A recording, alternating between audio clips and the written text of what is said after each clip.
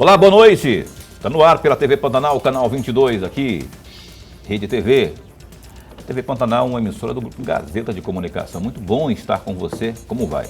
Vai bem?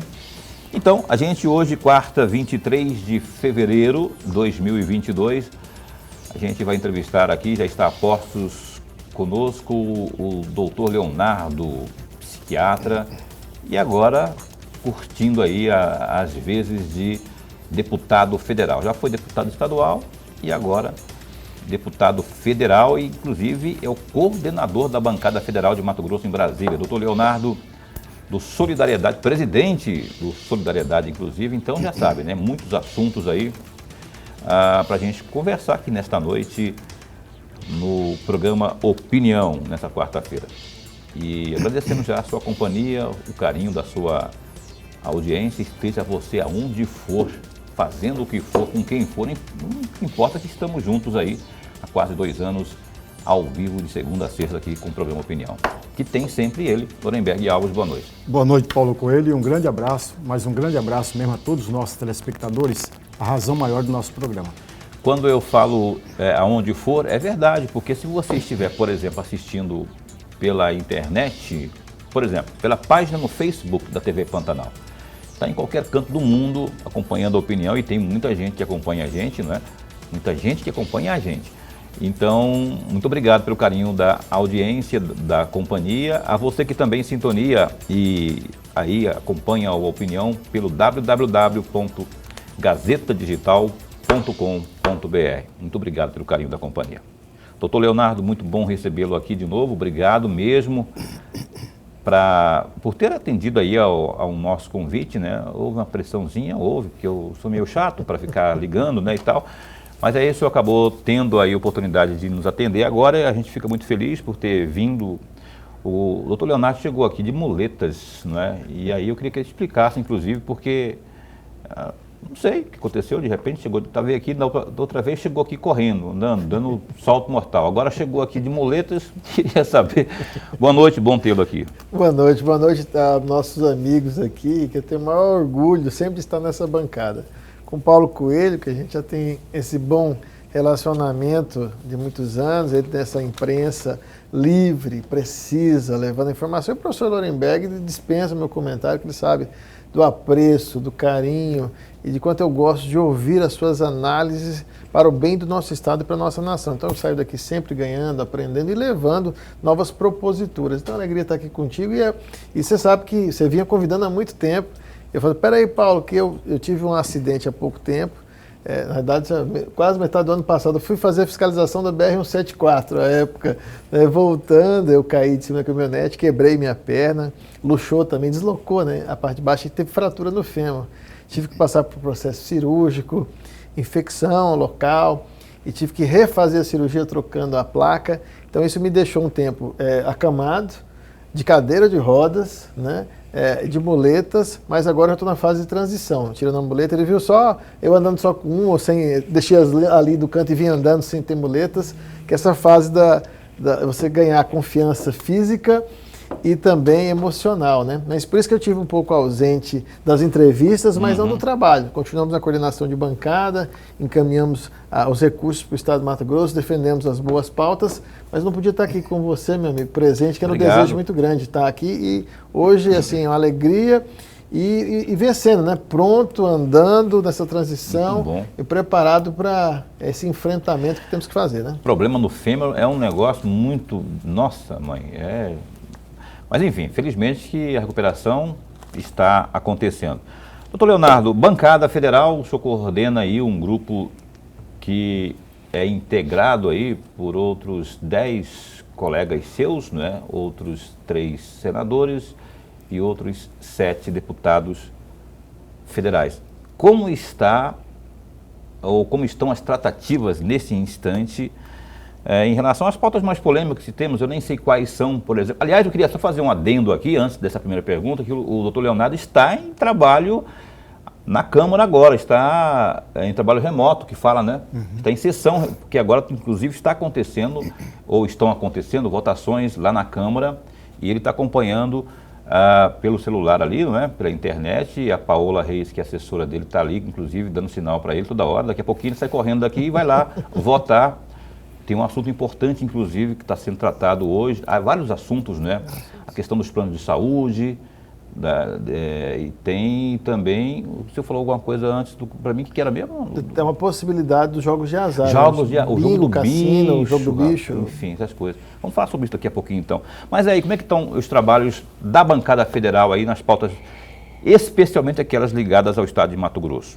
Isso, nesse exato momento a gente está discutindo os medicamentos que não estão na Anvisa, né, cadastrado, mas tem comprovação científica pelo Conselho Científico, CONITEC, e aí, às vezes, por não estar ainda, porque tem uma série de burocracia, os planos de saúde não querem pagar, não querem, mesmo já estando, que se fala off-label, né, fora da bula, mas já são comprovadamente cientificamente para aquela patologia, mas ainda não passou da burocracia. Estamos aqui fazendo esse adendo em votação, observando para tirar esse equívoco que já que é aprovado pelo CONITEC, então não, estará na Anvisa com o tempo, mas você não pode deixar que a pessoa tenha acesso a esse tratamento que já está sendo feito, cientificamente provado. E dessa discussão em pauta daqui a pouco, que é os jogos de azar, digamos assim, o pessoal fala, já fala de azar, né? Do bicho, bingo, cassino, caça-níquel, eletrônico, aposta, tem várias modalidades hoje, e as loterias estaduais também, que tem que dividir, são temas diversos. Mas uma pauta importante que a bancada está unida, que é a questão da BR-163, essa vergonha que é, e a gente não pode passar a mão na cabeça aqui, das concessionárias cobrando pedágios há muito tempo. E eu quantas vezes já falei isso aqui, cobramos o Ministério que pediu a retirada por caducidade, né, quem está ali nas praças de pedágio, e eu não preciso dizer da situação que estão as BRs nossas, tanto indo para 364, 63, que não há investimentos. E o governo fazendo uma nova licitação de Sinop a Miritituba, sendo que a gente precisa de investimento inicial e não montar praças para depois, com o nosso dinheiro, acontecer essa mesma demora que aconteceu. Então a gente vem trabalhando, pedindo para a Controladoria Geral da União, o Tribunal de Contas da União, o mais rápido possível, faça essa transição judicial, porque a gente já vem pedindo há muitos anos para tirar a Rota Oeste, para ser bem claro que é essa que está ali e tem problemas da empresa que é por trás dela, que é o Odebrecht. Então, a gente vem discutindo, a pauta que a bancada está unida, combatendo, e também a gente vem discutindo um tema muito importante para o Mato Grosso e para o Brasil, que é diminuir a questão desse abismo social que se abriu na economia, o desemprego, a falta de emprego, a questão que o trabalhador, as altas dos preços, a gente fala do combustível, mas é uma questão geral, que não é só isso. O produto fóssil, ele não é só o combustível, ele tem outros componentes, até em poliéster, nylon, plástico que você tem em casa, outros produtos, de shampoo vai ter esses derivados, e também o preço dos alimentos. Então nós estamos tentando combater, melhorar a questão da cesta básica, começar um plano de avançar o Brasil pós-pandemia e com vacinação para geração de emprego e amenizando esse impacto econômico, tentando amenizar essa crise porque está aí no dia a dia, as pessoas estão sentindo. Então, especificamente, a gente está nessa batalha no Congresso Nacional, a pauta econômica é muito forte, a geração de emprego e renda de oportunidade também o é, e o controle da inflação. E no Estado, nós temos aqui as ferrovias que têm que avançar, as nossas estradas, que era um compromisso do governo e precisa ser feito, e as que estão sob concessionárias pedagiadas, que a gente tem a solução. Esse problema da BR-163 aí, e com a Rota do Oeste, inclusive estivemos aqui já recebendo o pessoal da direção da Rota do Oeste, se explicando e tudo mais, argumentando.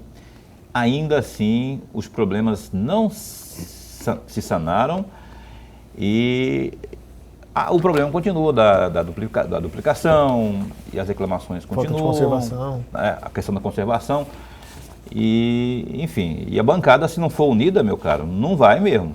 Não vai. E nesse governo, inclusive agora, que é do governo Bolsonaro, com a saída do Tarcísio do Ministério para a disputa eleitoral lá em São Paulo, tem que ver se haverá a questão da continuidade, porque boa intenção parece que existe, mas tem que ver se isso vai ser tirado do papel e precisa dessa atenção especial. Aí tem que ter a pressão da bancada para que haja essa atenção especial para Mato Grosso, né? O Jaime esteve aqui, inclusive, reclamando, não é, de que o governo federal não está atendendo muitas regiões, mas Mato Grosso, nesse aspecto, a atenção poderia ser melhor.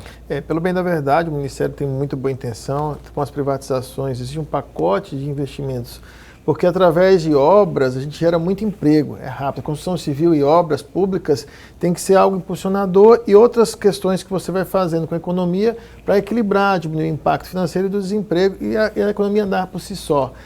Há essa boa intenção, mas o Mato Grosso a gente precisa muito, porque existem. Nós somos a riqueza do Brasil, nós contribuímos com um PIB gigantemente. Se não fosse o Mato Grosso para o Brasil e para o mundo. Mas a gente precisa ter esse retorno, né, principalmente em infraestrutura e logística, que é um compromisso do governo. Mas a gente sabe que tem a boa intenção, que tem compromisso com o Mato Grosso, mas a gente não pode dizer aqui de não relatar essa verdade que está acontecendo e o cidadão está sofrendo no seu dia a dia. Lorenberg, relate aí a sua verdade.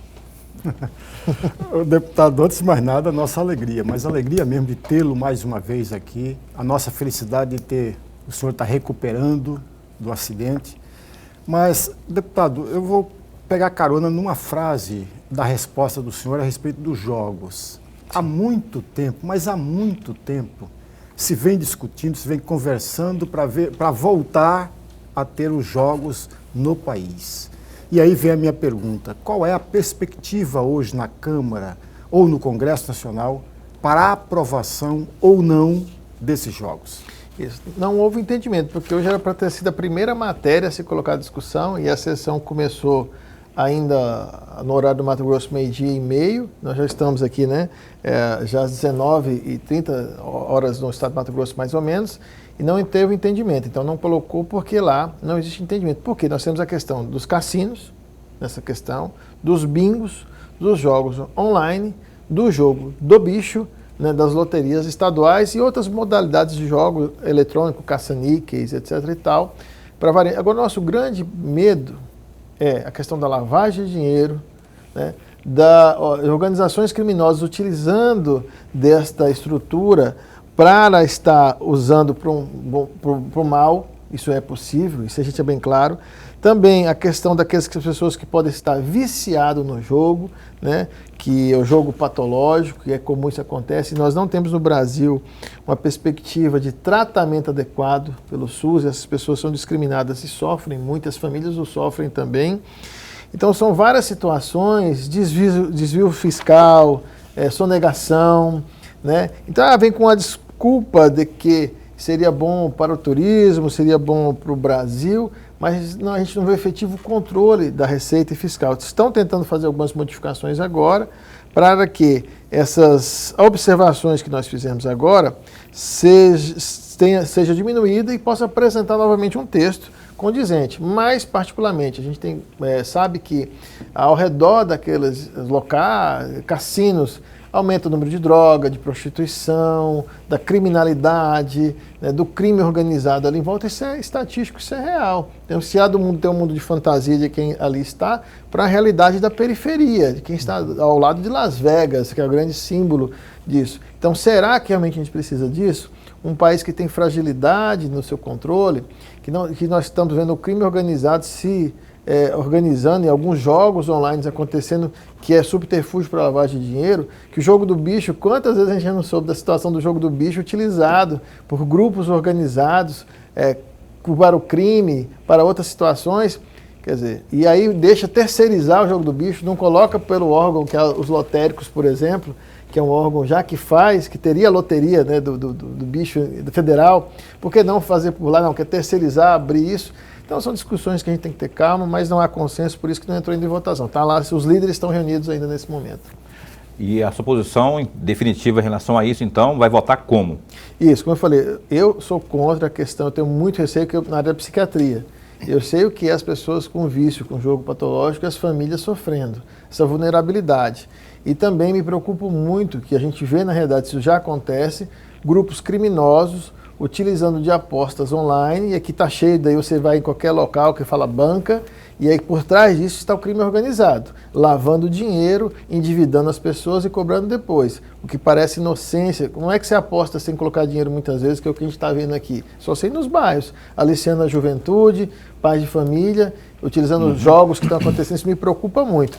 Então, estão tentando criar mecanismos de controle, que aí as apostas só poderão ser PIX ou débito, por exemplo, para rastrear esse recurso, mas na prática não é isso que vai acontecer. Tem grandes grupos interessados para criar cassinos pelo Brasil, esse aqui é o grande bingos, e eles querem mais é o lucro, e que se dane a saúde e a família dos outros. Então, assim, tem que ter muita modificação para a gente, como eu falei, tem loteria estadual que eu sou favorável, se o jogo do bicho for para os lotéricos, tudo bem, então são situações que tem que aprimorar, mas no geral, dos jogos de azar, que o nome já fala, de azar, não é de sorte, então, e principalmente esses eletrônicos são manipuláveis, eu sou contra. Mato Grosso já tem um histórico aí de padecer por muito tempo, né, com relação a jogos de azar. Lorenberg.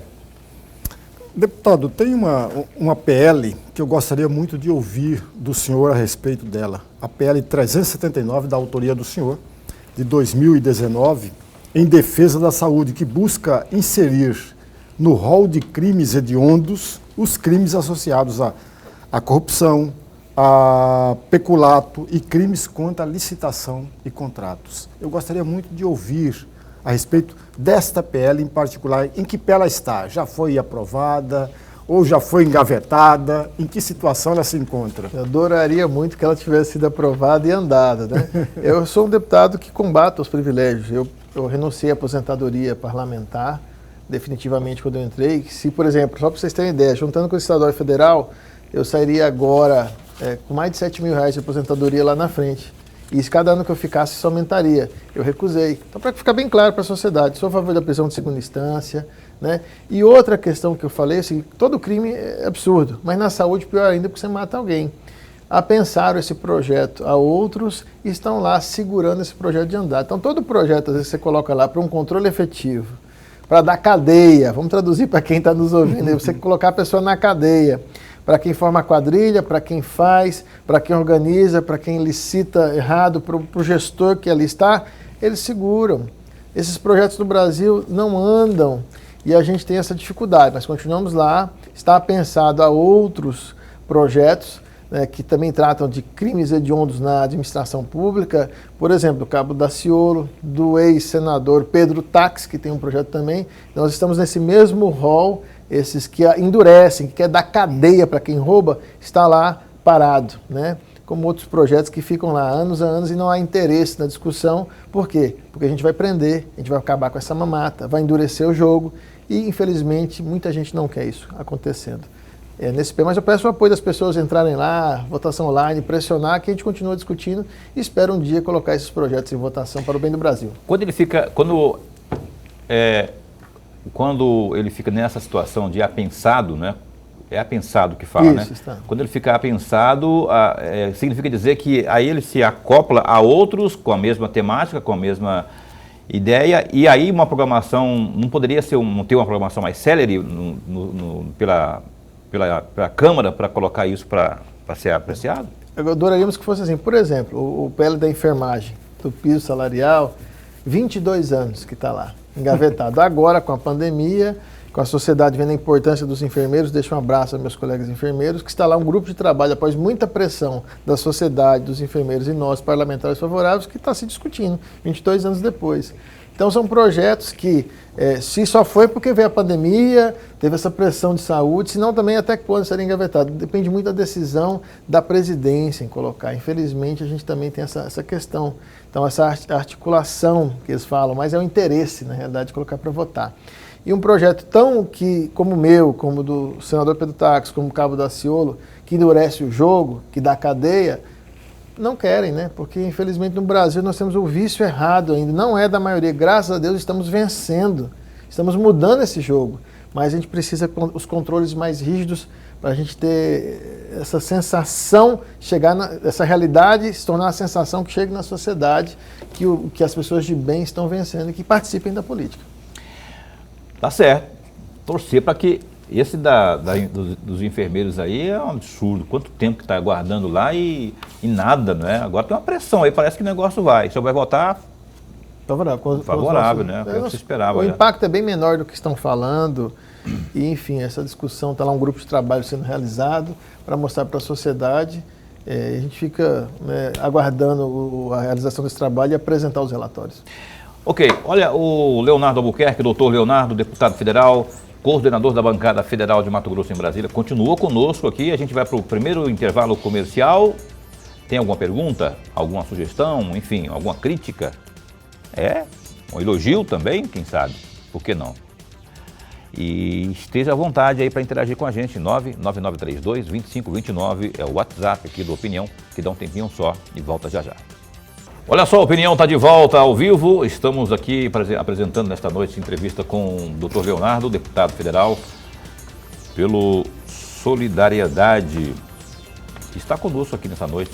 A gente costuma sempre trazer aqui os destaques do Gazeta Digital. A gente não vai exibir aqui no telão, aí na sua tela, por exemplo, porque a gente está com um pequeno problema técnico. Eu só queria dizer que, adiantar que a gente sempre fala a questão dos casos da Covid, não é? De acordo com dados da Secretaria de Estado de Saúde.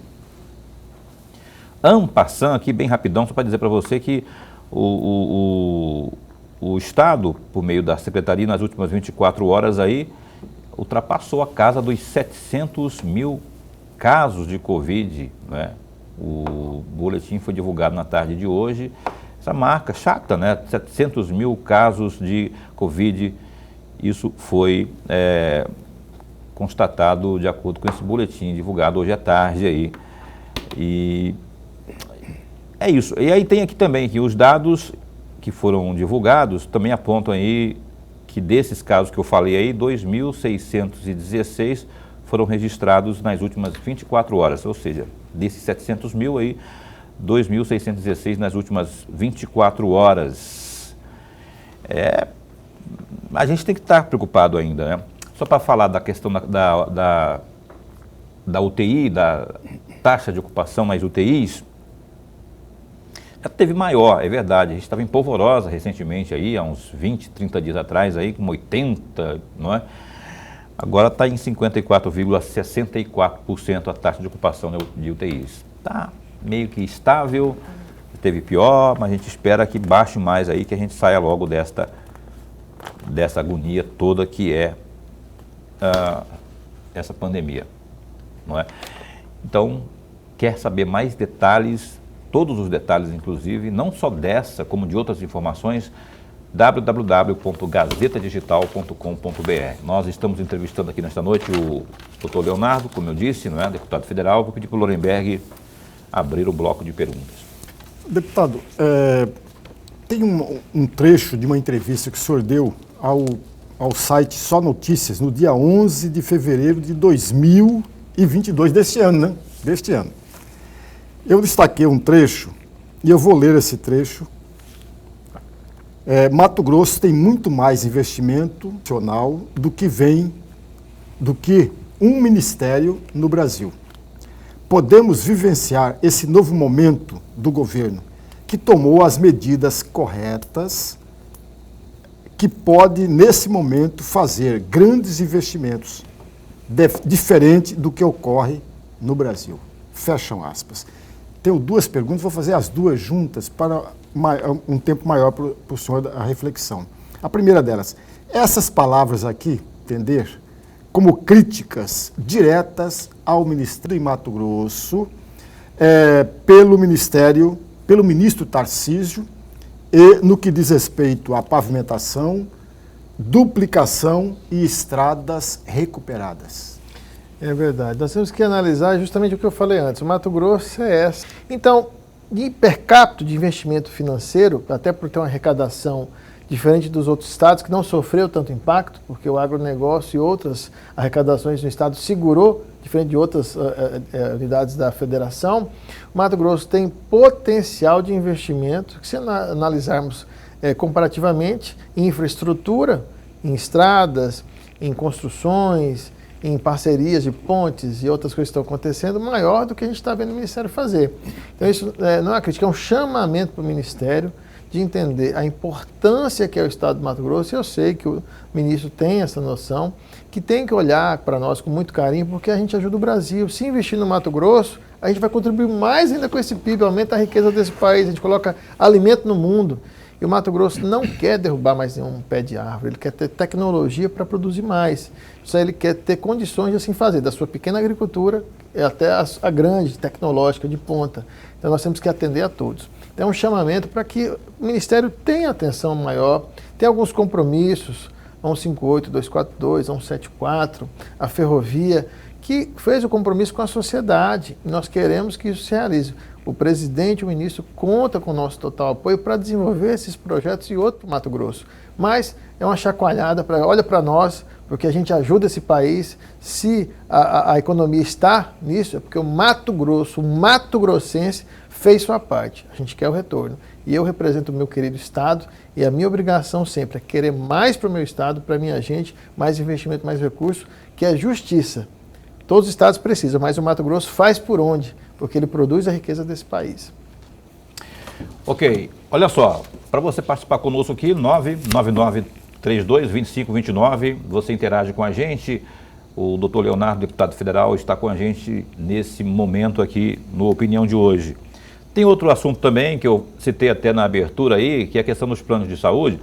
O que está pegando ali? O senhor deu até uma pincelada aí, mas eu queria saber mais detalhes, rapaz, porque existe uma chiadeira aí, que existe aquilo que está prescrito e o que não está, enfim. Isso. O que está sendo apreciado na Câmara com relação aos planos de saúde? Até acabou agora os destaques, que era para dispor sobre o processo de incorporações de tecnologias ao SUS, né?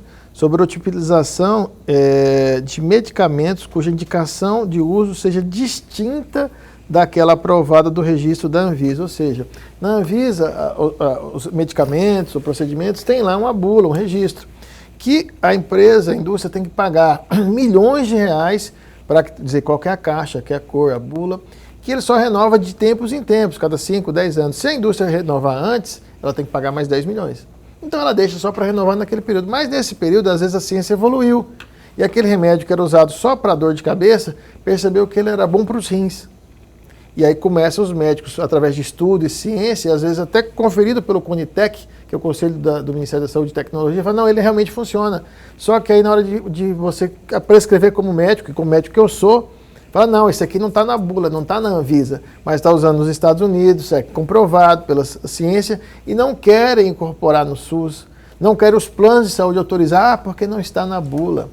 E isso é um atraso, aí as pessoas têm que judicializar plano de saúde, que isso acontece muito, né? Ou o SUS se nega para fazer, então a gente tira a oportunidade de alguém, porque a ciência é dinâmica. 10 anos para nós já mudou muita coisa nova. Medicamento, por exemplo, que foi começado como antidepressivo, né, bupropiona, percebeu que os pacientes pararam de fumar. Aí foi usado para o tabagismo, né, um tempo. E agora voltou como antidepressivo para certas pessoas, para mulheres que melhoram o libido, exemplo. Então olha como isso é dinâmico do tempo que eu me formei para agora. Quando eu estava na faculdade, essa vacina, alteração de RNA, eu estava discutindo quando eu era acadêmico na faculdade, então não é uma coisa nova. Então olha só como é dinâmico, como os estudos estão acontecendo. Então é importante a gente ter isso e vencer, né, parar com esse negócio, essa desculpa, porque é off-label, porque está fora da bula. E agora a gente avançou bastante lá no Congresso e poder incorporar no SUS esse tratamento para beneficiar a população que precisa. Deixa eu então partir para uma pergunta, o senhor pode até se declinar da resposta se o senhor preferir. Sim. O senhor é psiquiatra e tal, o senhor está fazendo, o senhor tem atendido no seu consultório? Pois é, não dá mais tempo, é uma pena, né? Não Há um tempo eu não consigo. Não, porque eu ia perguntar o seguinte, o senhor prescreve off-label?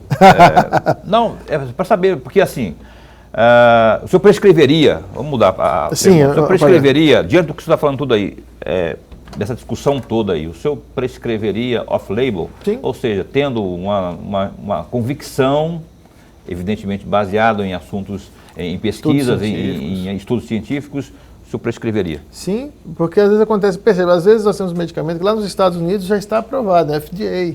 A Anvisa ainda vai pensar, vai ver, não acompanha essa evolução. O próprio CONITEC, que é ligado ao Ministério da Saúde, já aprovou. Então por que não fazê-lo? Só porque está off-label? Porque eu sei dessa burocracia.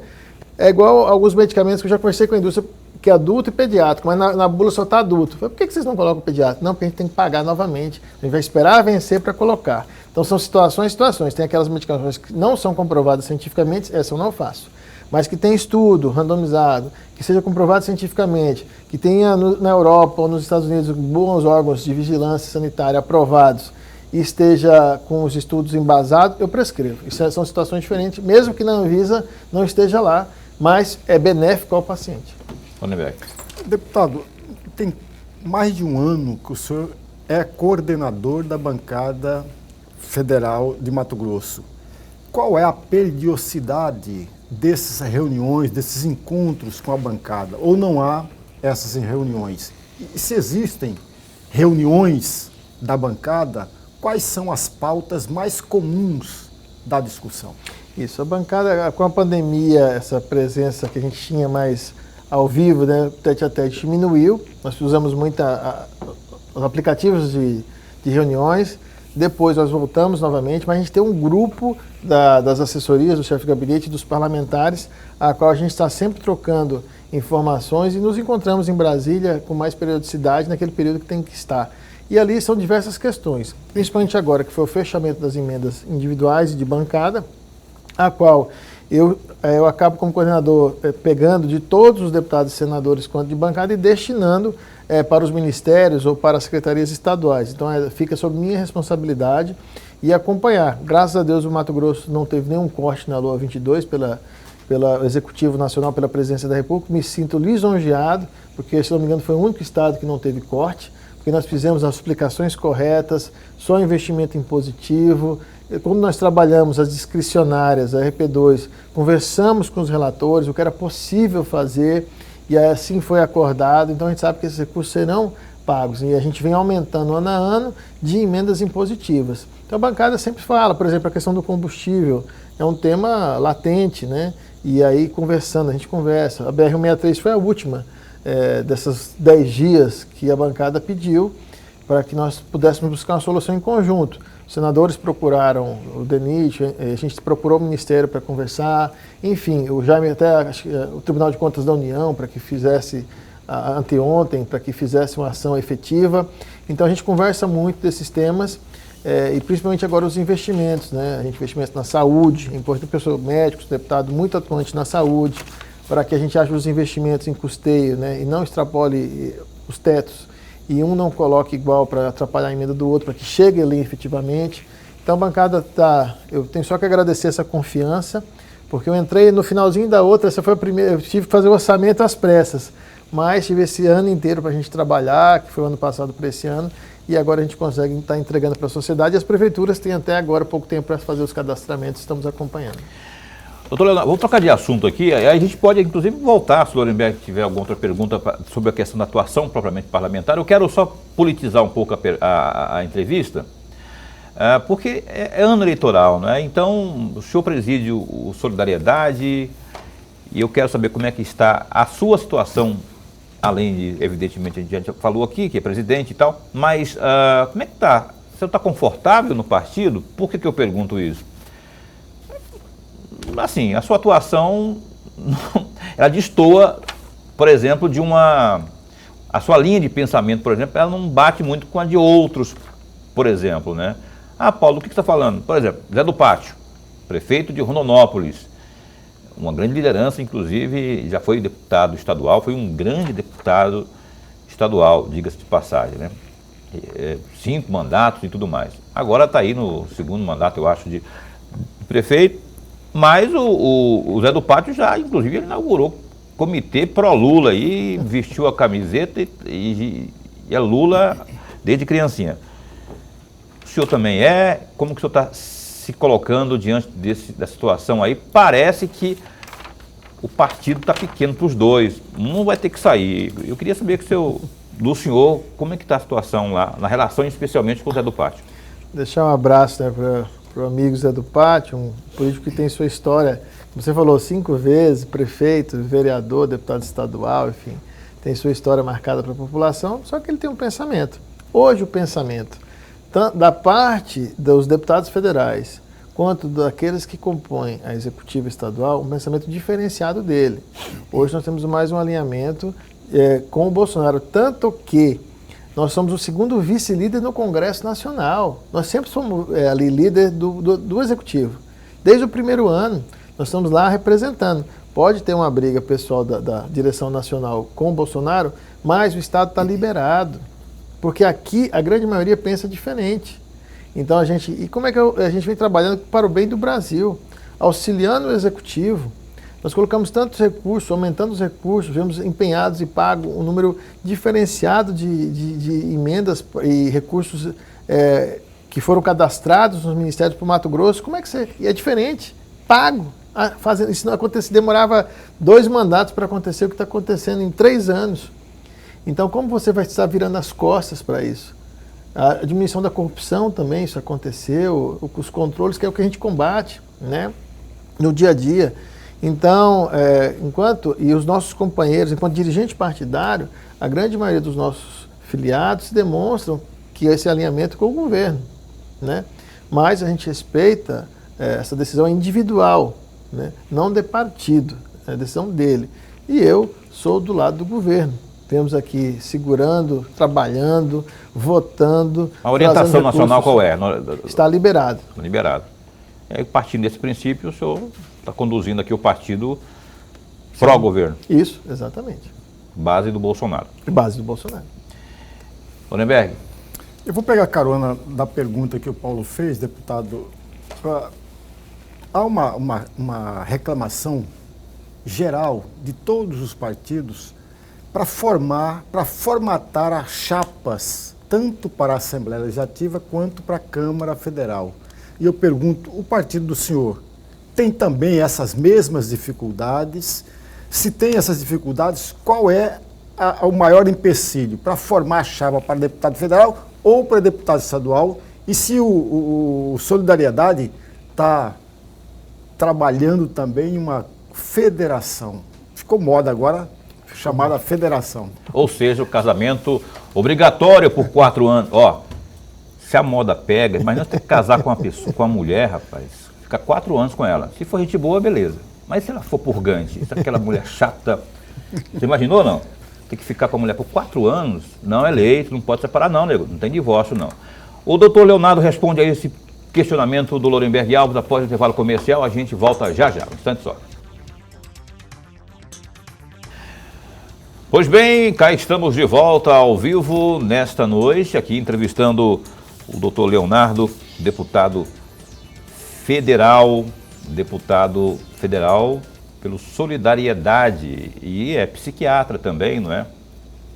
Que é o pai, inclusive, da Thalita, vocês não sabem, mas é também pai da Thalita, está com 3 anos já, não é? Está mais, Paulo. Está quanto? Já esqueceu, então vai fazer 6 anos esse 6 ano. 6 anos já, né? Eu lembro. Em julho, ela é verdade. Então, o Lorenberg deixou aqui uma pergunta no bloco anterior, incluindo, dentre os temas que ele colocou ali, a questão da federação. Queria que o senhor tivesse a vontade para responder. Obrigado. Eu falei pai do João também, de 15. Não, João, tem mais um João também. João briga comigo. Mas o João é antes da Thalita. É, né? João 15 já, né? 15 já, né?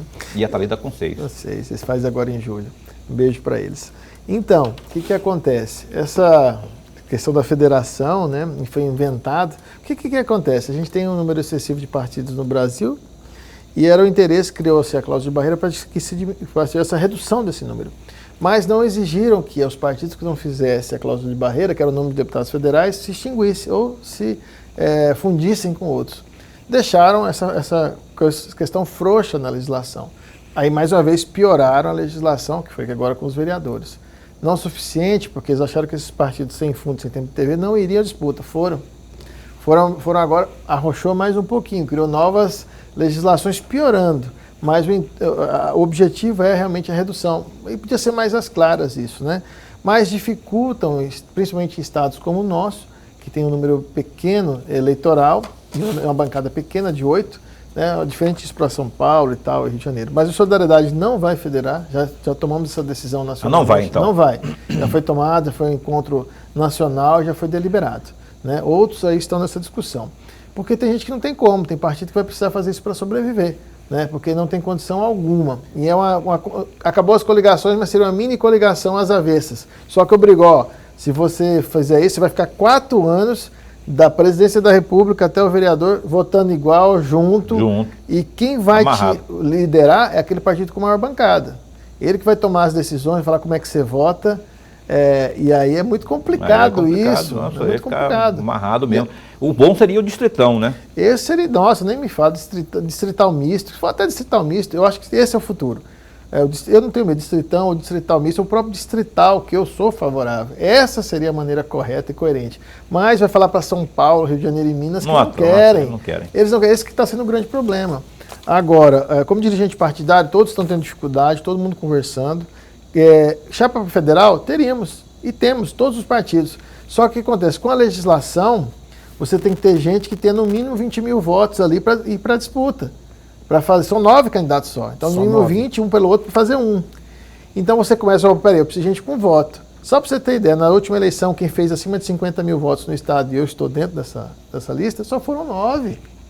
E se a gente pegar a lista ali e fazer, então não dá, não tem 90 candidatos que tenham acima de 20 mil votos no estado. Pelo contrário, tem 30 e poucos. Então, essa é a dificuldade de todo mundo conversando com todo mundo, mas quando dirigente partidário estamos trabalhando, vamos até o fim, conversando, dialogando, o prazo ainda existe. E aí a gente vai ver como é que isso... Tem muita água para passar debaixo dessa ponte ainda, muita conversa, muita coisa para acontecer. Aliás, daqui a pouco eu quero perguntar também sobre o MDB. Tem uma conversa que o Leonardo está lá, porque o pessoal do MDB está muito fraco, esse pessoal tradicional do MDB aí, né? Está muito ruim de voto, tá? E aí o Leonardo enfim, daqui a pouquinho eu vou esperar o Lorenberg fazer suas vezes aqui, por favor.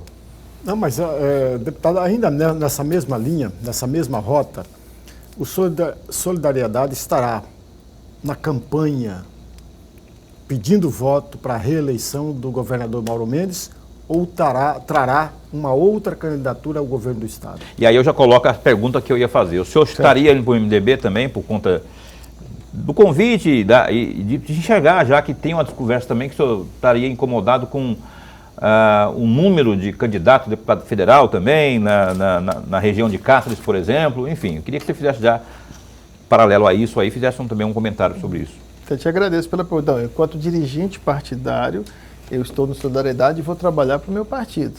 Claro que eu fico lisonjeado e agradeço que eu tive convite de todos os partidos, da maioria dos partidos que nos convidou para compor as suas fileiras pelo trabalho, pela votação, pela seriedade. Então, me sinto lisonjeado. E o MDB também é um desses que me convidaram, então eu fico extremamente feliz de estar sendo lembrado nesse momento, né, que tem muitos por aí que têm voto, mas falar isso a gente não quer. Pelo contrário, a minha presença é sempre bem aceita pela maneira de conduzir na vida pública e política. Então me sinto lisonjeado, agradeço, mas não é tempo, nós não abrimos essa situação para pensar em troca partidária, porque nós estamos ainda trabalhando pelo nosso partido. Nós temos uma chapa, mas ela precisa ser reforçada pela questão da legislação. Eu vou tentar até o fim. Se não conseguindo, claro, aí abre a possibilidade para que a gente tenha condições de concorrer, mas isso é a última opção, né? E tenho vários... Está descartado, mas é lá para o final. Não é agora, né? E isso aí, claro, a gente vai ter mais tempo para pensar, para estar atuando. Isso é que aconteceu. Enquanto deputado federal, fui convidado pela chapa que é do PL, teoricamente o Wellington, a gente não sabe o que vai acontecer lá, fui convidado pela chapa do atual governador Mauro Mendes, mas enquanto dirigente partidário não fui chamado para discutir isso ainda. E até a gente não sabe se vai ter candidatura de quem, não está isso definido ainda. De repente eles estão juntos, a gente não sabe o que vai acontecer, né? Então é cedo para isso, mas enquanto dirigente partidário não fui chamado para ter essa conversa de partido. Enquanto deputado federal, claro, e já me convidaram para estar ali junto. Mas, como eu sou dirigente partidário, a responsabilidade é conversar com as pessoas que compõem o partido e tomarmos a decisão junto, a qual nós encaminharemos com os candidatos que ainda vão se apresentar ao governo do estado. Respondido? A propósito aí, o senhor então é candidato à reeleição. Sou pré-candidato a deputado federal. À reeleição. E deixar bem claro, isso foi bom que você falou, porque eu nunca falei de problema de candidatura de ninguém, foi algo que surgiu. Que bom que estão surgindo candidaturas, isso tem que surgir mesmo, e a população que julgue. Quem tem trabalho prestado, quem tem uma vida ilibada, pública, centrada, tá aí. Eu nunca disputei sozinho. Na minha região, na época que eu fui candidato a deputado federal e ganhei, tinha candidatura que era do governo, das 3 candidaturas do governo lá, e candidaturas fortes, boas, competitivas, e eu ganhei delas.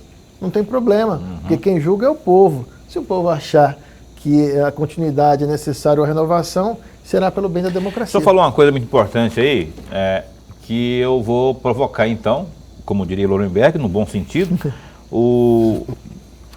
quem julga é o povo, né? Aquele que tem bons serviços prestados. O senhor tem bons serviços prestados? E aí já é uma deixa para que o senhor se manifeste em relação à sua atuação parlamentar. Por quê? Porque tem emendas, tem proposituras e tudo mais. É lógico que eu não vou pedir para o senhor fazer, não dá nem tempo de falar de tudo, né? Mas elenque, por favor, aquilo que o senhor tem de mais eloquente de serviços prestados nesse mandato de deputado federal, emendas, enfim, para o telespectador possa ter conhecimento. Sim. E até o primeiro mandato de deputado federal, nós sabemos a dificuldade que você tem, que é totalmente diferente da ambiência da Assembleia Legislativa, do Executivo no Estado municipal. E a gente já chegou lá e tivemos uma pandemia no meio dessa história que interrompeu a convivência das pessoas no dia a dia do relacionamento. Em Brasília você ganha muita experiência, só que eu tive muita sorte, porque eu sempre me coloquei à disposição de ser coordenador da bancada, de ser diretor de uma FPA, da Frente Parlamentar da Agricultura, a maior bancada do Brasil, importante para o Mato Grosso, de Frente Parlamentar em Defesa dos Agentes Comunitários de Saúde e Combate à Endemia, da psoríase, da artrite psoriásica, e participar da Comissão de Saúde e da Comissão de Segurança Pública e Combate ao Crime Organizado como titular, tendo coragem desses enfrentamentos ser feito. Isso me deu possibilidade de estudar mais orçamento, de conhecer, então consegui algumas etapas evoluir, de conseguir ser hoje o primeiro vice-líder do meu partido no Congresso, que dá a possibilidade das discussões com os líderes dos temas que estão acontecendo nesse país. Então, isso, para um primeiro mandato em 3 anos, é fantástico, é precoce tudo isso. E poder ter, nos meus primeiros 3 anos, ter indicado, com emendas, indicações, trabalho junto ao Ministério, que a gente diga extra-orçamentário, digamos assim, mais de 240 milhões de reais. Para Cuiabá, por exemplo. E licitado e empenhado, mais de 189 milhões. Isso para um deputado de primeiro mandato é fantástico, falta desse ano ainda. Para Cuiabá, nós temos para a agricultura familiar, que foi encaminhado para o Pedra 90. Nós estamos desenvolvendo um projeto social muito bonito.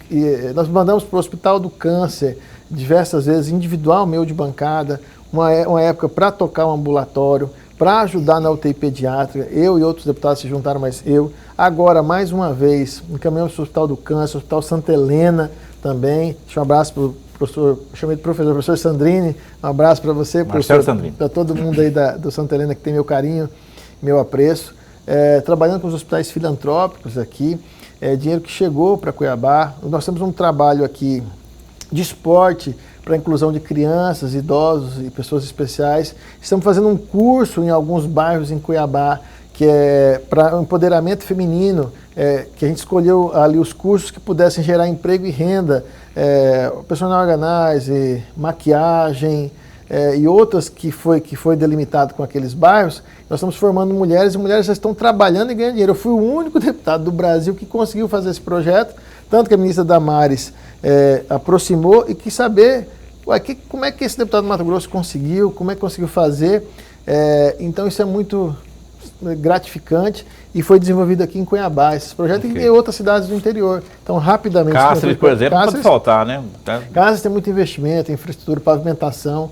O maior programa de pavimentação dos últimos anos, em parceria com a Prefeitura, é da nossa autoria. Ali. Respiradores para o Hospital Regional, respirador para Sorriso, respirador para o Hospital Regional, né? Hospital São Luís, o PAN, em Sorriso foram 10 respiradores, em Colíder foram respiradores, foi autoria nossa, enfim. Tem aí ações em todos os estados. Inclusive, se você quer saber mais, tem uma página na internet, só tem lá, na Câmara tem o seu site, não é? Qual que é o endereço para as pessoas? Pois é, a gente tem nas redes sociais, no Facebook. Instagram, Facebook, DR, né, de doutor, DR Leonardo MT, mas nós temos um número também de WhatsApp, que ali é só você me manda um oi agora, para a gente cadastrar você. Vou lá, 65 99949 1211. Vou repetir com calma para você. Manda um oi para mim, vou te cadastrar lá. Esse é um canal que a gente tem, eu respondo, às vezes o pessoal responde, porque eu também tenho atividade parlamentar. Você pode mandar reclamação, uma queixa, um projeto de lei que você pensa que é possível. 65 99949 1211. Você é um canal que você manda um oi para mim agora e lá você vai ter acesso a nós, o canal de relacionamento pessoal, equipe, nós temos os horários e também você eletronicamente tem acesso às nossas informações. Eu vou mandar para você as informações do nosso trabalho e ali é um canal de comunicação que a gente quer ampliar. Manda um oi, o deputado Dr. Leonardo quer falar com você. 65-99949-1211. Ó, bacana, eu não tinha visto ainda não, hein? Abriu um canal direto de WhatsApp aí para o pessoal, para as pessoas, né, mandarem aí, fazer o seu contato. O mandato tem que ser participativo, né? Senão não adianta eu estar lá. A interação, realmente. E hoje, para o deputado federal, você fica tão distante assim, né? E para a gente aproximar, graças a Deus, tem aí essas redes sociais, tem a tecnologia. Mas você responde, né? Responde, tem uns horários que é pessoal, a gente tá... Não, porque tem uns aí que abrem, mas aí ninguém interage com ninguém. Torenberg. Às vezes demora um pouquinho, mas a gente responde. Deputado, no primeiro ano de mandato, o senhor chegou a apresentar 79 projetos de lei. Além desses 79, o senhor foi relator de outros projetos. E além desse trabalho, o senhor chegou a visitar, no primeiro ano de mandato, 41 municípios. Quer dizer, estava com a força toda para visitar, para trabalhar. Diante dessa avaliação que o senhor certamente já fez, é possível, pelos cálculos do senhor, superar a marca de votação que o senhor teve nas eleições de 2018? Sim, é possível. E a gente espera. É claro que a gente trabalha primeiro pensando no cidadão e não em voto. Eu, pelo menos, eu sou muito assim, porque eu tenho muita ideologia, acredito naquilo que a gente faz, na bandeira da saúde, na bandeira da agricultura familiar, da segurança pública, da infraestrutura, com ações junto ao Ministério dos Direitos Humanos da Mulher, e a gente leva isso no esporte, a gente tem projetos que a gente faz porque acredita mesmo, né, no combate à corrupção. Então, eu sei que a sociedade está acompanhando, a gente tem que estreitar esse relacionamento para que as pessoas saibam. Não é o agradecimento, eu estou fazendo a minha função, mas a gente quer o reconhecimento de estar fazendo isso e ser diferenciado, e ter esse trabalho diferenciado de outros estados ou daqui, que a pessoa consiga ter essa informação. Então, naquele primeiro ano veio a pandemia que segurou, veio o acidente também, mas perceba, eu fui fazer a vistoria da 174, fui até Colniza. Eu fui nos distritos, fui em Conservan, que é distrito de Aripuanã, vi a situação, fui no distrito do 5.000 em Novo Mundo, e a gente conversando com as pessoas, como é que está a segurança aqui, saúde, andando nas ruas, anotando. Então, a gente tinha esse trabalho que foi primeiro pela pandemia e depois pelo acidente, mas já estou voltando. Eu gosto disso, eu gosto de estar com as pessoas, de entender a necessidade de até andar de carro, para eu entender a logística desse estado, a dificuldade do cidadão da sua região. Eu hoje tenho capacidade de discutir cada vez melhor. Estou me tornando o melhor representante, que era o melhor político, né? Mas o melhor representante da sociedade, que eu entendo muito da minha região oeste e já em outras regiões. A gente pode participar de discussões macro, me preparando cada vez mais para defender o meu estado. Né? Essa ok, temos que encerrar o programa, não é? Eu quero antes, porém, queria que você desse uma pincelada de 30 segundos, por favor. O que o senhor pensa aí do passaporte sanitário e da vacinação em crianças, não é? De 0 a 11 anos, que é o que está tomando conta aí das discussões. Até hoje toma-se por conta da pandemia aí. 0 ainda não está liberado. De 0 não.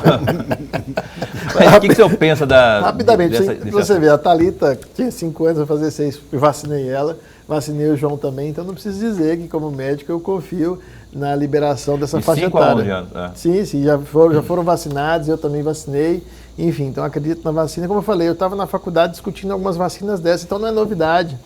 Então a gente acredito sim na vacina, mas eu não acho que a gente deva obrigar ninguém.